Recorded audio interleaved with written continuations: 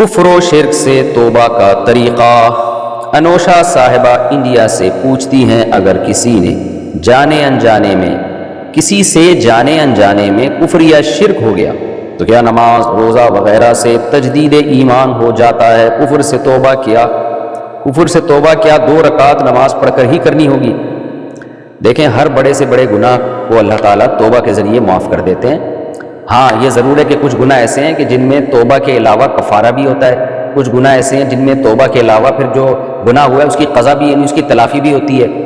جیسے آپ نے قسم کھا کے توڑ دی تو گناہ ہوا، توبہ بھی کرنا پڑے گا، کرنی پڑے گی، اور کفارہ بھی۔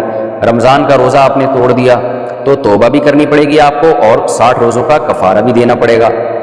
تو اور کچھ، یہ تو کفارے کی مثال آ گئی۔ کچھ گناہ ایسے ہیں کہ جن میں آپ کو اس کا یعنی تلافی بھی کرنی پڑتی ہے۔ مثال کے طور پر آپ نے کسی سے پیسے کھائے، غصب کیے، چوری کی آپ نے، تو صرف توبہ کافی نہیں ہے بلکہ اس کے پیسے لوٹانے پڑیں گے یا وہ معاف کروانا پڑے گا، اور مالک نہیں مل رہا تو صدقہ کرنا پڑے گا اگر آپ کے پاس گنجائش ہے۔ نماز آپ نے جان کر قضا کر دی تو توبہ بھی کرنی پڑے گی اور قضا کر کے اس کی تلافی بھی کرنی پڑے گی۔ تو اسی طرح کچھ گناہ ایسے ہیں جو کفارہ یا اس کی قضا کرنی پڑتی ہے، لیکن کچھ گناہ ایسے ہیں کہ صرف توبہ کافی ہے۔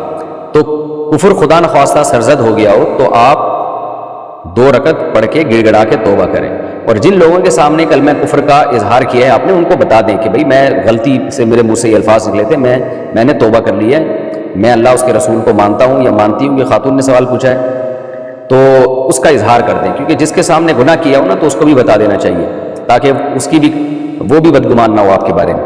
اور اگر واضح لفظوں میں کسی نے کفر کیا ہے تو پھر توبہ بھی کرے گا، اور اس کفر کی وجہ سے کوئی شرعی حکام بھی مرتب ہوتے ہیں۔ وہ یہ کہ نکاح ٹوٹ جاتا ہے تو نکاح کی تجدید کرنی پڑے گی، حج جو کیا تھا وہ باطل ہو جاتا ہے، حج دوبارہ کرنا پڑے گا۔ یہ وہ کفر ہے جو بالکل واضح لفظوں میں صاف کفر ہو۔ ایسے وہمی بن کے بھی لوگ خامخواہ میں تجدید نکاح کر رہے ہوتے ہیں اور حج کے بارے میں پریشان ہوتے ہیں، تو وہمی نہ بنے، واضح 2 ٹوک لفظوں میں اگر کلمہ کفر ہوا ہے تو ایسا کوئی زبان سے جملہ نکلا ہو تو قریبی عالم مفتی سے پوچھ لینا چاہیے۔ لیکن منہ سے غلطی سے جو الفاظ نکل رہے ہوتے ہیں اللہ تعالیٰ اس پہ نہیں پکڑتا، اللہ تعالیٰ تو ان الفاظ پہ پکڑتے ہیں جو ہم جان بوجھ کے کہتے ہیں۔ بہرحال کفر کے بارے میں احتیاط کرنی چاہیے، بھولے سے بھی اور غلطی سے بھی ایسے الفاظ استعمال نہیں کرنے چاہیے، یعنی اپنے آپ کو کنٹرول میں رکھنا چاہیے۔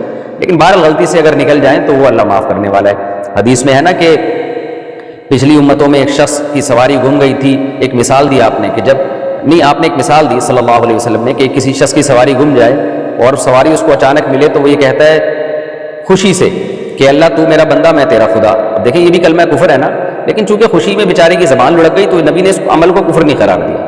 تو ایسے غلطی سے یا بھولے سے کوئی لفظ زبان سے نکل جائے تو پھر اللہ نہیں پکڑتے۔